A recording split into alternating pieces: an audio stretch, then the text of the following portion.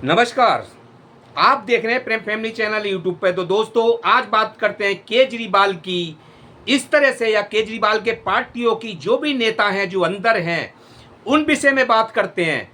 या न्यायपालिका गलत डिसीजन ले रहे हैं, या अपने कर्तव्यों का पालन भूल गए।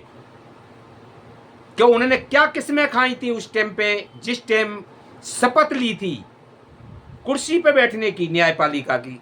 तो क्या अपना कर्तव्य भूल गए, या अपना कर्म भूल गए, या कर्तव्य भूल गए? तो दोस्तों, आज बात करते हैं केजरीवाल के जैसे जो सामने आई है बात, बहुत बड़े खुलासे वाली बात है। बहुत भेदभाव के साथ और साजिश के शिकार केजरीवाल हुए हैं। ये मनी लॉन्ड्रिंग या शराब घोटाला होता तो अब तक कोर्ट के पे सामने आता ना तो सीबीआई के पास कुछ है दिखाने के लिए, ना ईडी के पास कुछ है दिखाने के लिए, लेकिन बस जांच के नाम पे केजरीवाल और उनके मंत्रियों को अंदर रखा गया है, सिर्फ एक बदले की भावनाओं से। और ये जिसमें ये सिर्फ राजनीति है और इसके पीछे कुछ नहीं है। तो दोस्तों, हम ये भी नहीं कह रहे कि अगर है मनीष सिसोदिया के खिलाफ कुछ है तुम्हारे पास तो सजा करा दी 10-12 साल की। क्यों नहीं हो रही सजा? क्यों तीसरे दिन पेशी पड़ रही है? केजरीवाल, सत्येंद्र जैन के पास, जैसे कि उस विषय में बाद में बात करता हूं, इनके खिलाफ तुम्हारे पास सबूत ईडी और सीबीआई के पास है, पुलिस के पास है, तो क्यों नहीं 5 साल की और 10 साल की सजा हो जाती? तीसरे दिन जमानत पेशी क्यों हो रही है? क्योंकि ये सिर्फ छानबीन चल रही है। छानबीन के नाम पे अंदर रखने वाली बात है। जैसे कि हेमंत सोरेन को, झारखंड के हेमंत सोरेन को 5 महीना अंदर रखा गया, कोई सबूत नहीं निकला और बेबजाय उनकी रिपोर्टेशन, उनका मानहानि हुई, उनका कुर्सी चली गई। ये कितना बड़ा काम है? इसका जिम्मेवार कौन है?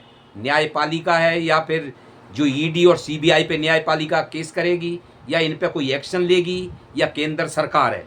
तो दोस्तों, अब बात करते हैं केजरीवाल के मामले में।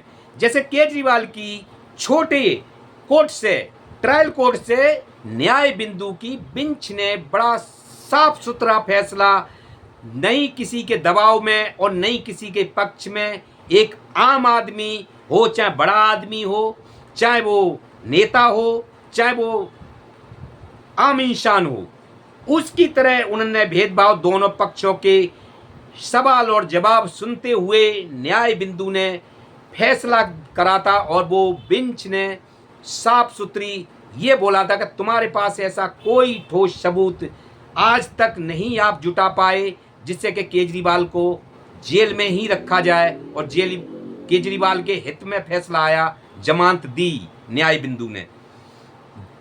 ईडी एक बौखलाती है और उसे पता है कि मुझे कहां से राहत मिल सकती है। वो सीधी हाई कोर्ट पहुंचती है कि मैं वहां से, ईडी को पूरा पता था, हम वहां से रुकवा सकते हैं। हाई कोर्ट गए, बेल ऑर्डर अपलोड नहीं हुआ, जज साहब ने केजरीवाल की जमानत पर रोक लगा दी। लेकिन जज साहब कौन थे? सुधीर जैन साहब, जो ईडी के छोटे भाई हैं। और ईडी कौन थी? जज साहब के बड़े भाई। तो दोस्तों, अब इस चीज का आप अंदाजा लगाइए कि हो क्या रहा है देश में। न्यायपालिका पे अगर इस तरह विश्वास उठ जाएगा लोगों का, तो ये शपथ ली थी इन्होंने उस टाइम, तो ये बोला होगा कि हम सही सोच समझ के, बिगर भेदभाव के पक्ष रखे, एक अपने हिसाब से न्याय देखते हुए, हर कुछ देखते हुए फैसला करेंगे। लेकिन ऐसा हो नहीं रहा है भाई, दबाव में है, क्या है? लेकिन हम न्यायपालिका पे सवाल नहीं उठा रहे, ना ट्रायल कोर्ट पे, ना सुप्रीम कोर्ट पे सवाल नहीं उठा रहे, क्योंकि ये इंसान है। जो इंसान बिकता है, कानून नहीं बिकता। इंसान ही बिकता है, लेकिन बैठता कानून की कुर्सी पे इंसान ही है। और इंसान पे हम सवाल उठा रहे हैं। जो कि इंसान गलत फैसला कर रहा है उस चीज़ पे हम सवाल उठा रहे हैं। हम न्यायपालिका पे और कानून पे सवाल नहीं उठा रहे। हम जो भेदभाव के हक में फैसला कर रहा है उस पे सवाल उठा रहे हैं। तो दोस्तों, अब 150 वकीलों ने लेटर लिखे हैं जिसमें लिखा गया है कि केजरीवाल की अवैध गिरफ्तारी है, केजरीवाल को फंसाया जा रहा है।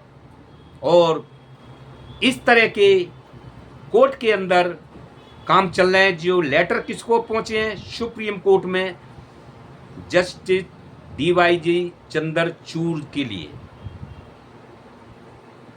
जस्टिस चंद्रचूड़ ऑफ इंडिया के लिए। तो दोस्तों, 150 वकीलों ने केजरीवाल के हित में, क्योंकि उन्हें पता है कि गलत सलत फैसले हो रहे हैं, ये किस तरह केस बनता है कि नहीं बनता है, वकीलों को सब पता है, इसलिए चंद्रचूड़ जी को लेटर लिखे हैं 150 वकीलों ने।